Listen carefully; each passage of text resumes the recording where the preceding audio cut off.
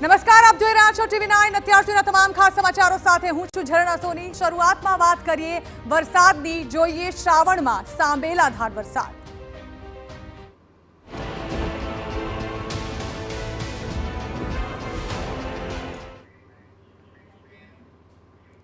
મધ્ય અને દક્ષિણ ગુજરાતને ધમરોડતા મેઘરાજા। રાજ્યના કુલ 132 તાલુકાઓમાં નોંધપાત્ર વરસાદ નોંધાયો છે, જેમાં સૌથી વધુ સુરતના ઉમરપાડામાં ખાબક્યો છે 3.5 ઇંચ વરસાદ।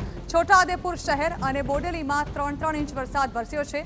દાહોદના ગરબાડામાં અને પંચમહાલના જાંબુઘોડામાં 2.25 ઇંચ વરસાદ વરસ્યો।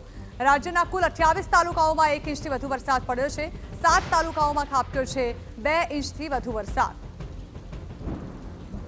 તો ગઈકાલથી જ વરસાદે ધમાકેદાર બેટિંગની શરૂઆત કરી લીધી છે અને રાજ્યના વિવિધ જિલ્લાઓમાં હાલ વરસાદી મહેર જોવા મળી રહી છે, જ્યાં વિવિધ વિસ્તારોમાં સાંબેલાધાર વરસાદ ખાબક્યો છે।